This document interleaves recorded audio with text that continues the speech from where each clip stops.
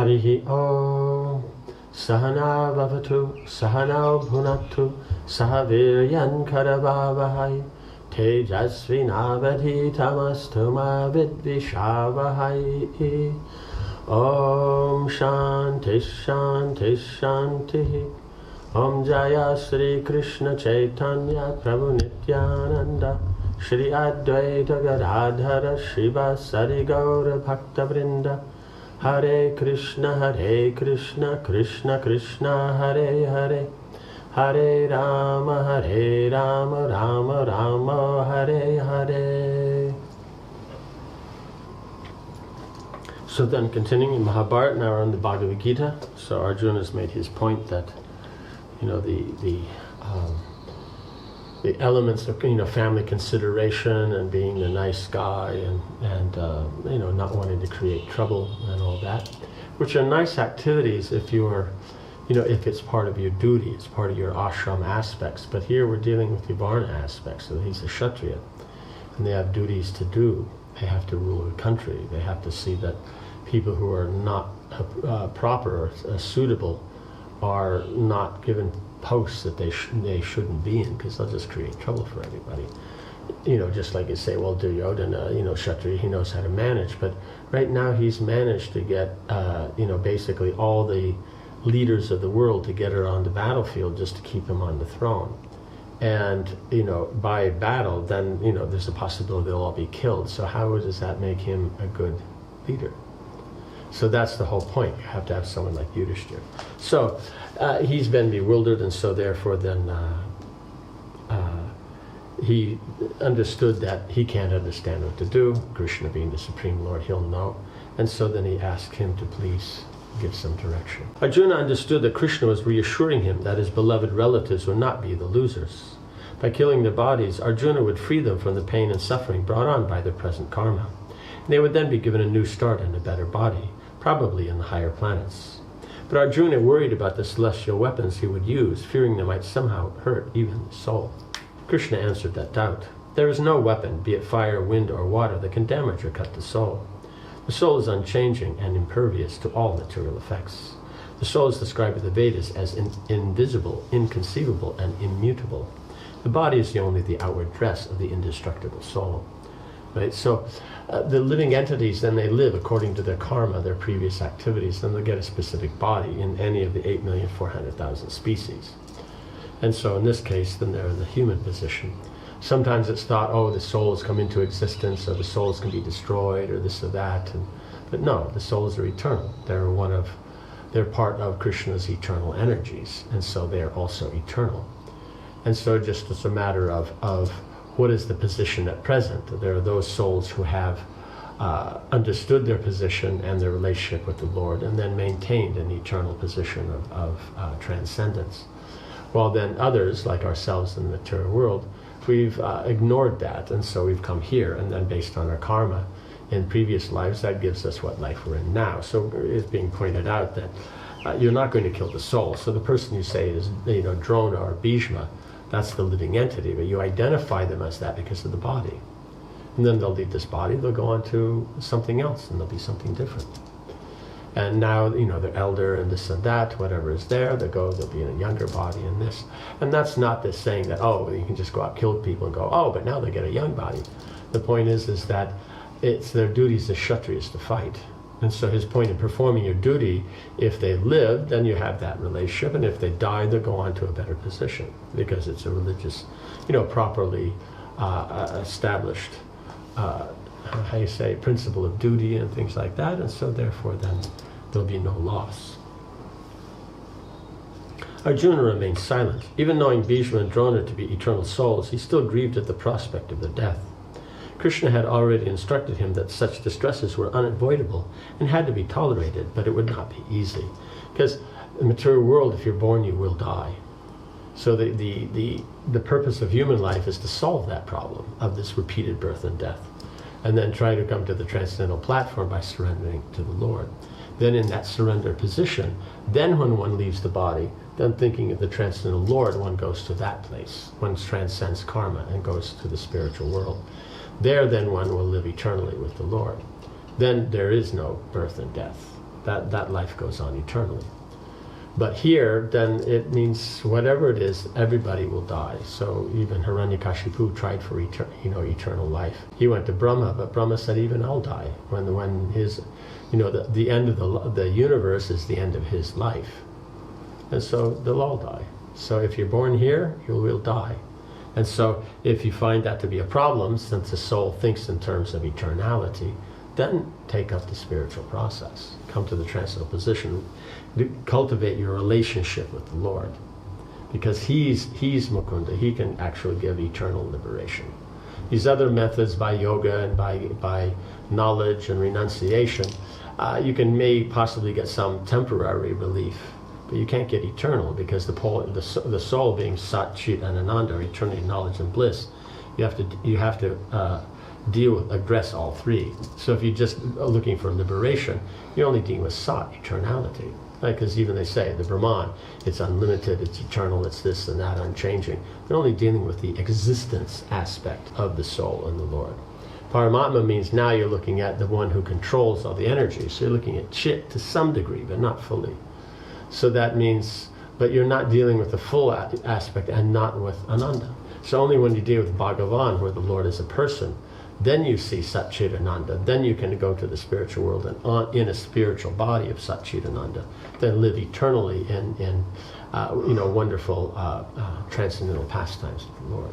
Krishna smiled affectionately at his friend. Even if you believe the self to be the same as the body, you still have no reason to lament, O mighty armed hero.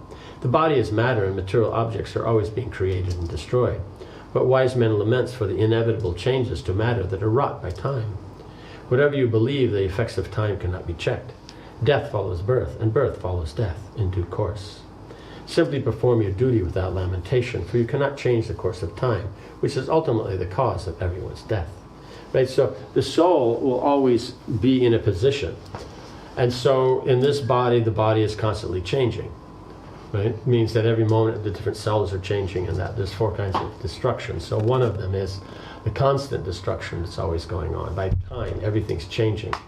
And so then the body that one has, that is aging as it is. You can say, no, but I'm the same. No, your consciousness, you're the same. But your body's been changing ever since you're born. Right? Even when you're conceived, it's changing all the way through. Then you're born, and then you have that baby's body, then the toddler's body, then the young boy's body, then the adolescent, and the teen, and like this, it just keeps going.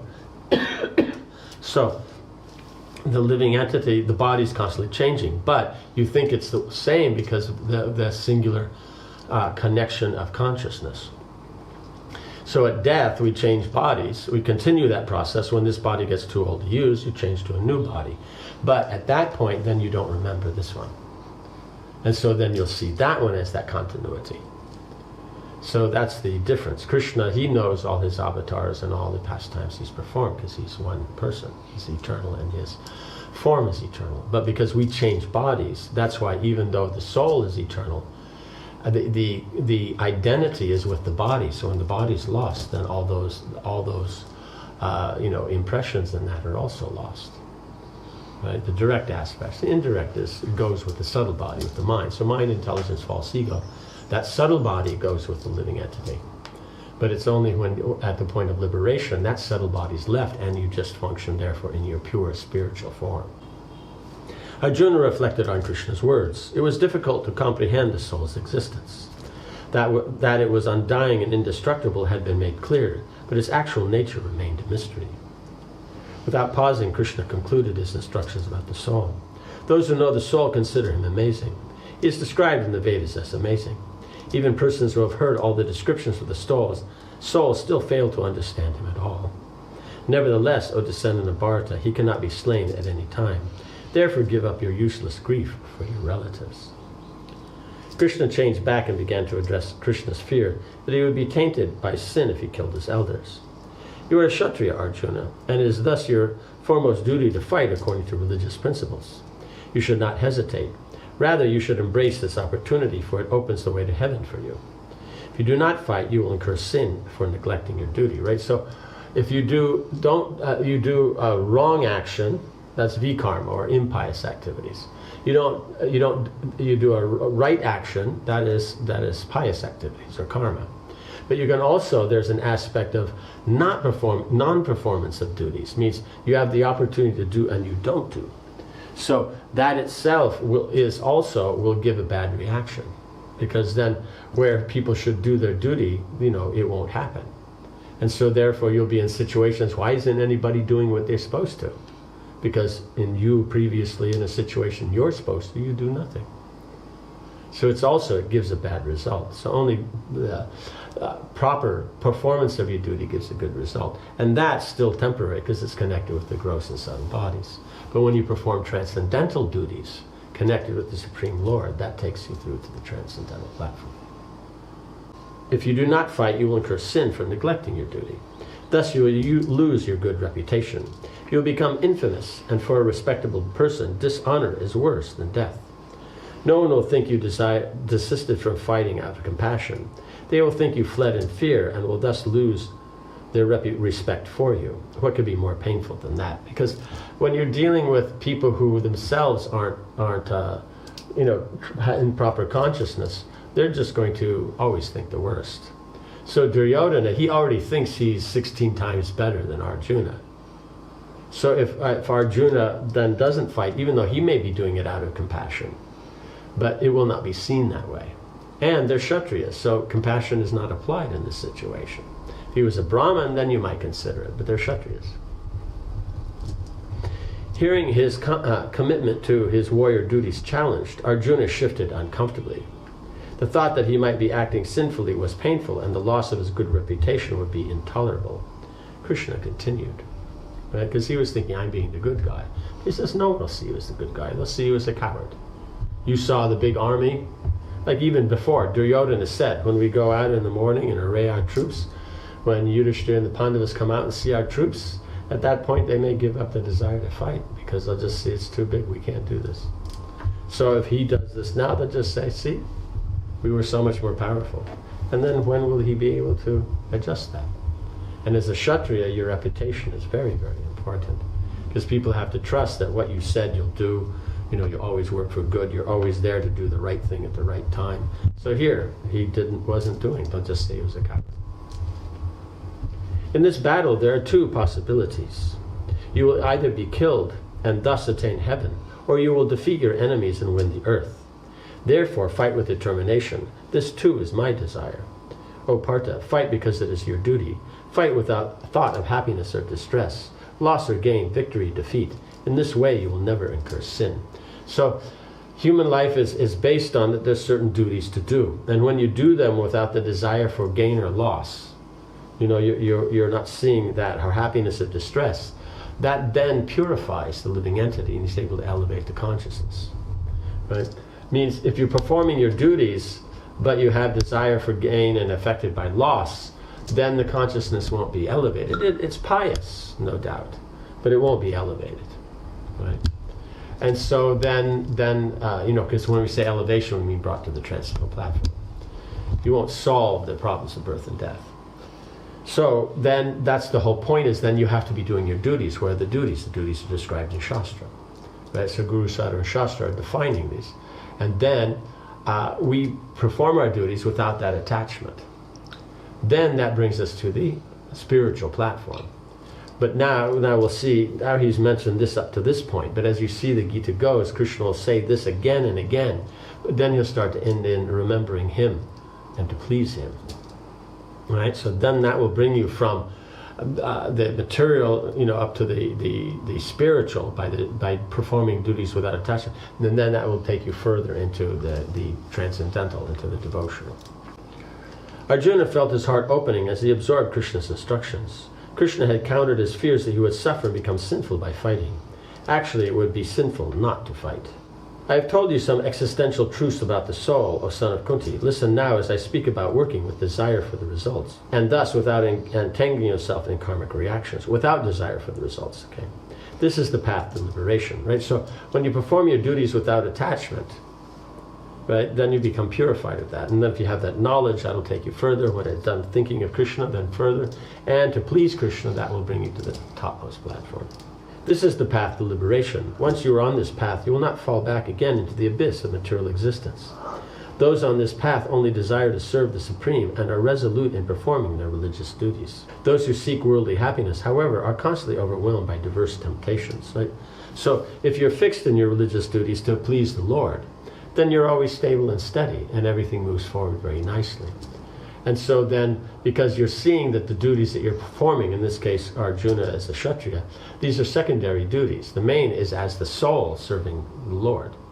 And then as the soul being embodied, then what are the duties of that particular body? Then as a Kshatriya he performs those activities. So then that will bring about the benefit he's looking for. So if you'll be elevated, there'll be no reactions. But if you're interested in the results, then the problem is the desire for the results becomes greater than the desire to perform the religious activity. Because the religious activity is only to get the results, but because of the results, the desire, the greed, and all that, you get overwhelmed and you may get distracted from performance of duties. But when performance of duties are being just done to please the Lord, then the duties have that value in as much as they support your serving the Lord. And if you ever get to the point where you're fully absorbed in love of Krishna, your local duties here may not be as important. And so then you can be completely absorbed in the Lord. Only unintelligent men are attracted to those sections of the Vedas that speak about material happiness. Desiring sensual pleasures, opulence, and power, they think there is nothing more to life. They become bewildered by such desires and cannot fix their minds upon yoga practice. Do not let yourself be attracted by anything in this world. O Partha, be free from all the dualities of happiness and distress. Established in the self, give up your anxiety for material gain and safety. Right? Because the gain and safety is for the body, and it's for the benefits that you'll get and all this. At some point, those will be lost. Right? Either just by karma and that they eventually wane, or you'll leave the body and leave them all behind. In any case, you will lose them. And so that therefore he's saying why the soul who's eternal, why he should be so worried about temporary things. You take care of them, right? Because you have a body, you take care of it so you can perform your direct duties. But to make that the all in all, that you completely forget the actual transcendental duties, then that's foolish. Arjuna could understand that his earlier arguments were aimed only at material happiness. Although he had argued on the strength of Vedic morality, it was becoming clear he had not fully understood the Vedas and their ultimate aim, their higher principles and truths. Krishna continued to explain them. Right? So you have that the Vedas, the Upanishads described in 5 levels of consciousness. So Annamaya, the lowest level, that's then where it's about sensual perception and fulfilling the desires of the senses. And so that's, you see, is common with the animals, with the uncivilized, and with civilized human beings. That's common to everybody. But then the problem comes is that even you're on that platform, you're civilized and you've developed in science and art, and this kind of knowledge, the sensual perceptive knowledge, like we learn in the modern academies and all this. Then the problem comes is that it's about yourself. It's not about anybody else. So it's non-theistic and it is non-moral. It's just what's good for you. If it's good for you, you do it. If it's not good for you, you don't do it. Right? It may seem that we're moral. Oh, but but he doesn't bother other people, doesn't steal, but that's only because he knows that if he steals, it gets a bad result for himself. Not that he cares about the other person. He's only not stealing because it'll be bad for him. So then the second level of consciousness, then pranamoy, then that's the aspect of appreciating morality. But then this is again just social economic morality that's not non-theistic. It's just how the society can work together. So you're being scientific and arts and that, but if we all cooperate together, we can get even more. So it means more sense gratification. So it's the same principle, just adding morality that you can extend it a little bit, right? Third level is then you're accepting the laws of God, the laws of nature, and you understand that the world has an inherent order, and that if you follow that and perform your duties, then you'll get the material benefits you're looking for. To that degree you do your work well. Fourth level means then you're going to understand that you have to base everything like what Krishna is talking about on the level of the soul. Is that yes, we can perform these, but what reactions are we getting? Only that which is material beneficial to the gross and subtle body, not the soul. So the fourth level takes you above that. That's why he says, do your work, that third level, without attachment. That brings you to the fourth level. And then we'll see as he goes on, then in later chapters he'll describe the fifth level of pure consciousness, of love for God. Okay. Om Hare Krishna, Krishna Krishna, Hare Hare, Hare Rama, Rama Rama, Hare Hare. Srila Prabhupada ki jai.